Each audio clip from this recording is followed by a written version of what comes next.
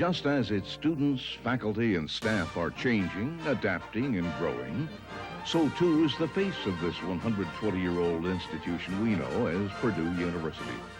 And the year 1989 saw more changes than perhaps any time in our history. The building program included some 50 projects totaling $45 million. This construction included completion of a new campus centerpiece, which President Stephen Beering talked about when he addressed alumni homecoming weekend. It is one of the most exciting periods of Purdue history indeed. By now, I hope you have seen the beautiful quadrangle we promised you last year, which used to be called Engineering Mall, and have taken in the water sculpture, which we dedicated just this morning, which represents the magnanimous gift of the class of 1939. The sculpture and the park around it have drawn students, staff, and visitors from all over ever since we began to put the first pieces into the ground. It has become a rallying point and a place for everyone to visit. Nearly 5,000 people turned out in July for the great fountain turn-on, including Indiana artist Robert Youngman, who designed the sculpture. One person will see something in it that the other did not, and so on. So I think there's enough here for search and discovery, personal discovery. And there is a sweeping movement taking the students and sending to the stars, so to speak, as someone said. And I like to think about that. I like to think about just the humanizing, or the attempt to humanize technology in a way. Right from the start, the rising and falling column of water attracted kids of all ages who couldn't resist getting drenched. 36 nozzles force as much as 588 gallons of water per minute into the air, which at night is lit by a changing pattern of 280 lights. The fountain is framed by 4 huge concrete fins, each with a different design. Impressive as the new mall and fountain are, they're just a small part of campus construction in 1989. The new Student Services building neared completion next to Hovde Hall. Incorporating the old Geosciences building, the new structure will house all the areas of the university that serve students, including admissions, financial aid, and Dean of Students. At the north end of Memorial Mall, the front of Stanley Calder Annex, known as Pierce Hall, bit the dust to make way for a new state-of-the-art lecture hall that will seat 500 students. The building, funded largely through a gift from the class of 1950, will open in the fall of 1990. Another class gift on the northwest corner of Stewart Center established a new tradition for graduating seniors.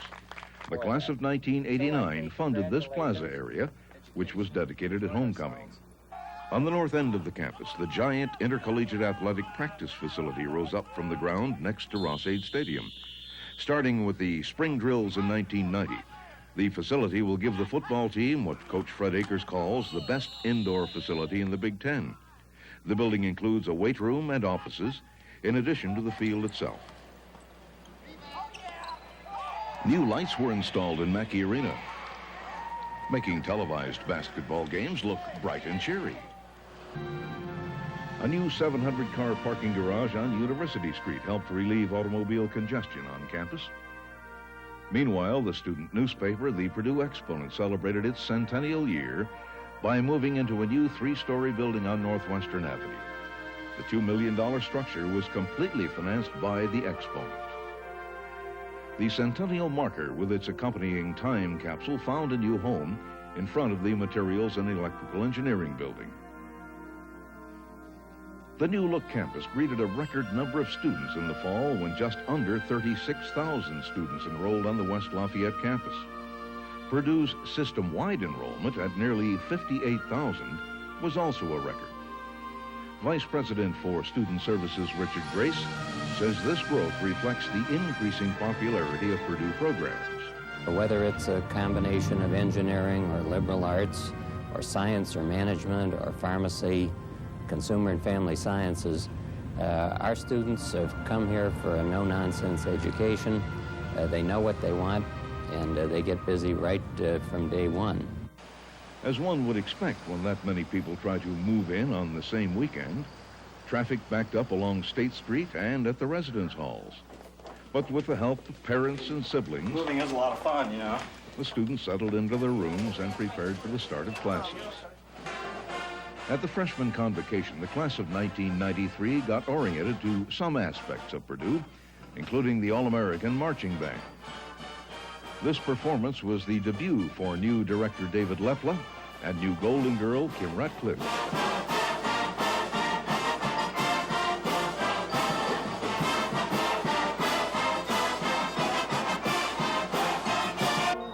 Kim's sister Kelly was the new girl in black. Before students got down to the serious business of studying, they got better acquainted, some by taking part in a tug-of-war at Wiley Hall, others by introducing their friends to the new fountain. The fountain and new mall quickly became a favorite place for students to gather for studying, socializing, or just relaxing. Engineering resurfaced as the Purdue program with the most students after last year's largest school, Humanities, Social Science, and Education, was split into two separate schools, Liberal Arts and Education. The new Dean of Education is Robert Kane. I think establishing a freestanding professional school is a very solid step that enables the citizens to understand that the land-grant institution in the state doesn't mean to do anything but the very best for the schools of the state. And 31, and 32, and 33, 34, and 35. One research project in this new school involves designing a new method of teaching mathematics to youngsters. The emphasis in this new method is on how the kids get their answers rather than whether they're right. This was one of more than 6,000 research projects underway on campus, representing more than $120 million in grant funding. Here's a look at some of them. The School of Veterinary Medicine is combining computers, video, and high-tech graphics to allow students to realistically simulate some of their learning and research, rather than always using live animals. A new tofu center was established in the School of Agriculture to find ways to increase the popularity of tofu and ultimately increase the use of soybeans, especially those grown in Indiana. The Hillenbrand Biomedical Engineering Center invented a device called an electroventilator. It will help revive and treat patients who have trouble breathing by using a mild, non-painful shock to stimulate a patient's own breathing muscles. And pharmacy school researchers are working on a new time-release method for getting drugs into the body. The new method involves creating tablets that swell up in the intestinal tract. Purdue research was also part of America's space program. Aeronautics professor James Longuski helped design the Galileo probe, launched from the shuttle on a 6-year journey to Jupiter. And engineering student John Vellinger designed a shuttle experiment that saw chicken eggs travel in space, hatch after returning to Earth, grow up at a Purdue research farm, and finally lay eggs of their own that also hatched. My experiment really went better than ever anticipated, and that to me is one of the greatest feelings in the world, because you put all this time and all this effort into something you work on for 9 years, and there's times when you really wonder, is it all worth it? And the results have been so fantastic and so exciting. It's a possibility that chicks could be a renewable food source that astronauts could take along on a mission. That is, for deep space probes, for example, that would take several years. 1989 also marked the 20th anniversary of Purdue alumnus Neil Armstrong's pioneering walk on the moon. The Purdue Space Connection is still strong, with 19 alumni having gone into orbit or preparing for future missions. 8 of the astronaut alums returned to campus in September to receive Engineering Astronaut Alumni Awards. The schools of engineering were also involved with a couple of student competitions aimed at stretching creativity and resourcefulness. One contest involved building artificial frogs to see which one could jump the farthest. The other contest was the 7th annual Rube Goldberg competition, which in 1989 became a national event. The winning Purdue entry from a group of technology students faced off against entries from 2 other universities. The goal this year was to use at least 25 steps to sharpen a pencil. Purdue's Watch and Ponder machine won.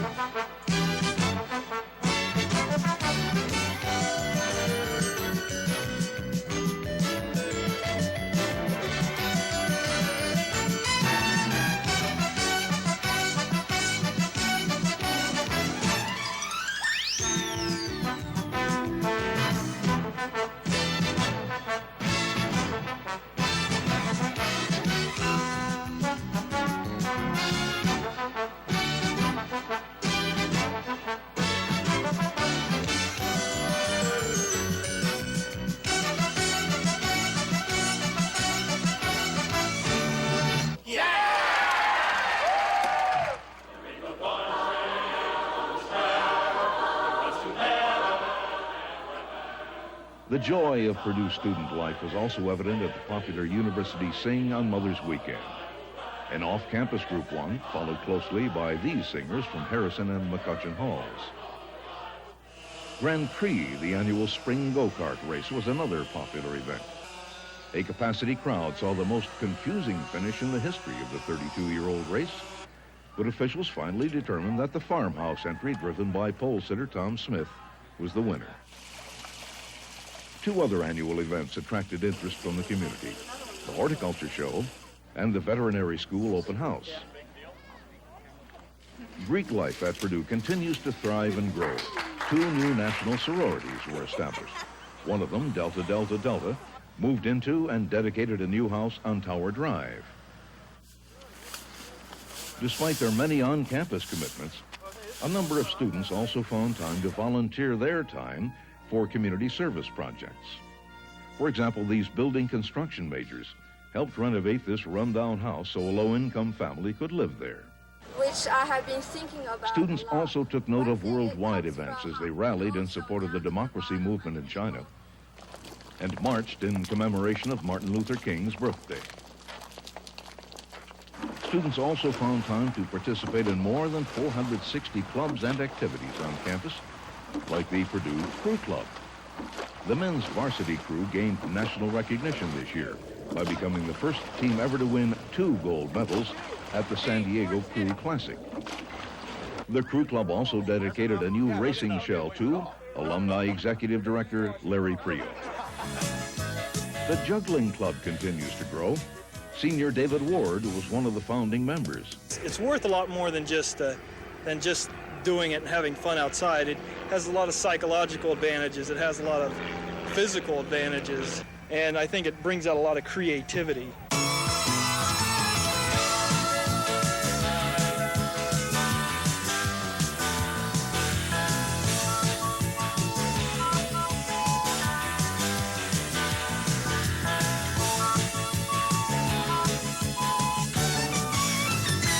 Ooh, nice. Of course, student fun isn't limited to extracurricular pursuits. For example, many classroom activities are enjoyable as well as educational. The summer months saw the initiation of the first Purdue Archaeology Field School. And we're interested in finding out in our programs about the different ways that Native Americans adapted to changing environmental conditions over the thousands of years that people have been living in this part of Indiana. Nursing students gained a new state-of-the-art intensive care laboratory to give them hands-on experience with high-tech medical equipment. And building and construction students in the School of Technology honed their skills, particularly in supervision and planning, in an unusual indoor laboratory. Student life at Purdue also includes Boilermaker athletics. Perhaps the biggest success of the year belonged to the women's basketball team, which soared to a record 24-6 season and its first ever NCAA appearance. In that tournament, the Lady Boilers defeated Arkansas before losing to Louisiana State. Coach Lynn Dunn was named Big Ten Coach of the Year, and leading scorer Michelle Joseph of Auburn, Indiana, was named Big Ten Freshman of the Year. Men's coach Gene Cady wasn't happy with his basketball team's 15-16 record for 1988-89, but the 1989-90 season got off to a much better start. Leading up to the Big Ten season in January, the team was 10-2 and showed great balance with the ability to fast break or pound the ball inside. During the summer, Cady coached the United States team to a gold medal in the World University Games. The team included Boilermaker seniors Tony Jones and Stephen Scheffler.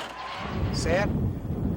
The men's track team also had an outstanding season under the leadership of Big Ten Coach of the Year Mike Payline. The Boilers finished the indoor season at 37-2 and were 33-6 outdoors. The high point of the 1989 football season was Purdue's upset victory over Indiana by a score of 15-14. This brought the old Oaken Bucket back to West Lafayette for the first time in 3 years. And though the Boilers posted a disappointing 3-8 record, fans were cheered by the emergence of exciting freshman quarterback Eric Hunter of Hampton, Virginia. Hunter's scrambling and passing skills keyed 2 of the season's victories, and were impressive enough to make him Big Ten Freshman of the Year. The football season also gave the All-American Marching Band a chance to showcase its talent. And after the games, the band kicked off a new tradition, a concert around the fountain.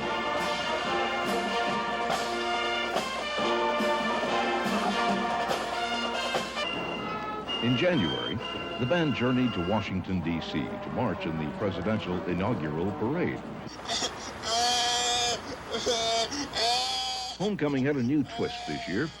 In addition to the traditional coronation of the homecoming queen, who this year was Senior Laura Hershberger of Lafayette, a homecoming king was crowned at the pep rally the night before. This year's king was Walt Quinn of Granger, Indiana. At the Alumni Homecoming Banquet, alumnus James Stoddard, former president of the Purdue Alumni Association, was presented the Alumni Service Award in recognition of his many years of service to the association. President Bering spoke about Purdue's progress. Calculus classes have this year been reduced from 400 students to 40. And we can guarantee you now that the teaching assistants that are allowed in the classrooms have passed an English proficiency examination, not only in the written, but also in the verbal proficiency. Come and let our swelling song. Homecoming guests were also treated to a performance by the Varsity Glee Club, which welcomed a new director in 1989. Brian Breed was promoted from associate director in the fall. Come on, sing this song all day long.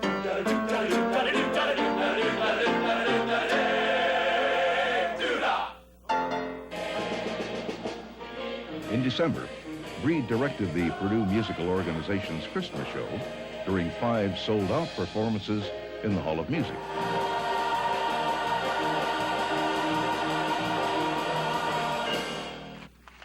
In April, alumni again returned to campus for Gala Week activities.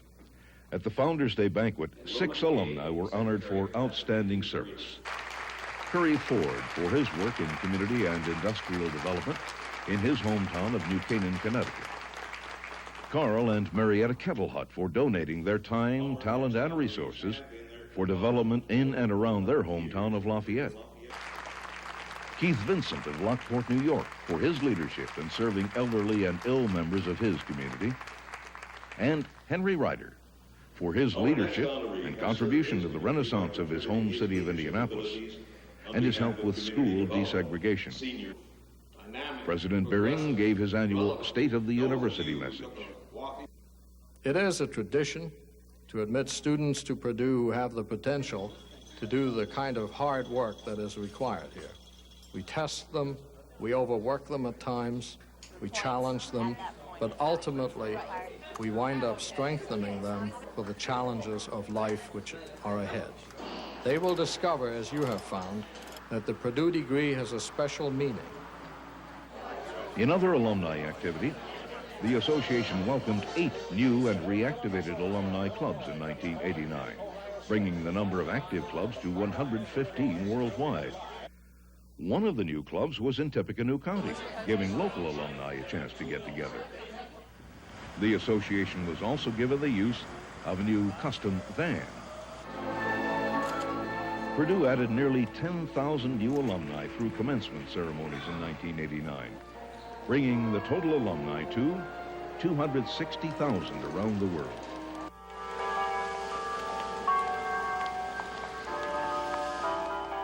Commencement is a time for pageantry, a time for reflection, and a time for celebration. I got them all in trouble in every class. The new centerpiece of this changing campus was also the centerpiece for commencement. And just as the face of Purdue continues to evolve, so will the individuals that graduate from this university as they set off into careers that will help make this world a better place to live. When memories stray back to old college days, days at dear old Purdue, days of joy and truth, happy days of youth.